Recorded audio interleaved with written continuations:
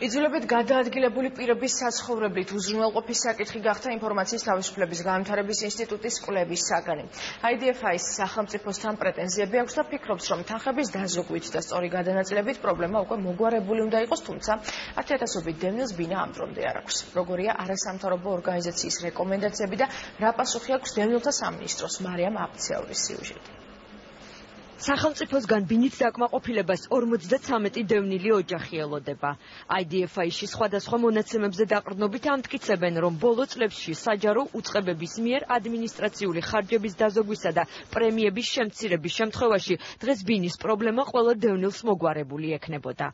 არასამთავრობო ორგანიზაციაში ამბობენ, რომ არსებული დაფინანსების შენარჩუნების პირობებში იძულებით გადაადგილებული პირების საცხოვრებლით უზრუნველყოფას 20 წელი დასჭირდება. ჩვენ ვიმედოვნებთ, რომ არსებული დაფინანსება არ არის საკმარისი და გარკვეული ეკონომიით უნდა მოიძიოს სხვა სახსრებით სახელმწიფო ბიუჯეტიდან, რომ იგივე საზღვარგარეთთან მიღებულ დაფინანსებასთან ერთად დაემატოს ამ სახელმწიფო სახსრებით და ყოველწლიურად უფრო და უფრო მეტ დევნილ ოჯახს გადაეცემოდეს, ასე ვთქვათ, მუდმივი საცხოვრებელი. დევნილთა სამინისტროში ამბობენ, რომ IDFI-ს მიერ სახელმწიფო უწყებებისადმი წაყენებული პრეტენზიები მხოლოდ მათ არ ეხება, თუმცა როგორც უწყებაში ირწმუნებიან, თავად ისინი პრემიების შემცირებაზე არიან ორიენტირებულნი. სამინისტროს მონაცემებით დევნილთა გრძელვადიანი განსახლებისთვის 1 მილიარდიდან 1,5 მილიარდამდე ლარია საჭირო. ამ პრინციპით თუ ვიხემწვანელებთ, როგორც IDFI-ს კვლევაშია ნათქვამი, სამინისტროს დასჭირდება 567 წელი, რომ მოახდინოს ამ 1,5 მილიარდ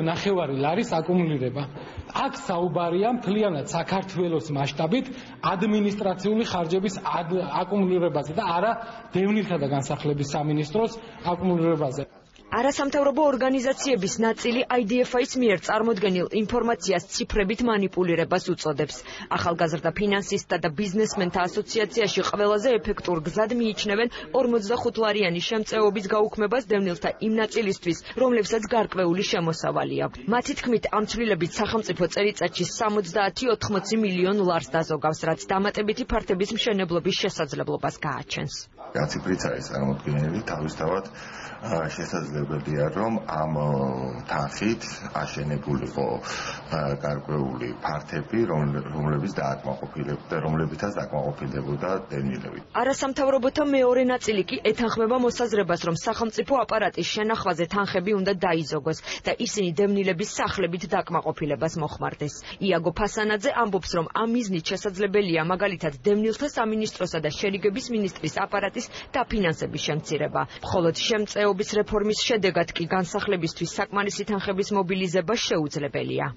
სახელმწიფო უწყებებმა, სამინისტროებმა უნდა შეამციროს საკუთარი ხარჯები და სწორედ ამ დანაზოგი და ასევე სხვა თანხების მობილიზებით შესაძლებელია დევნილთა გრძელვადიანი საცხოვრებლებით უზრუნველყოფა, მაგრამ არავითარ შემთხვევაში დევნილთა შემწეობის ხარჯზე.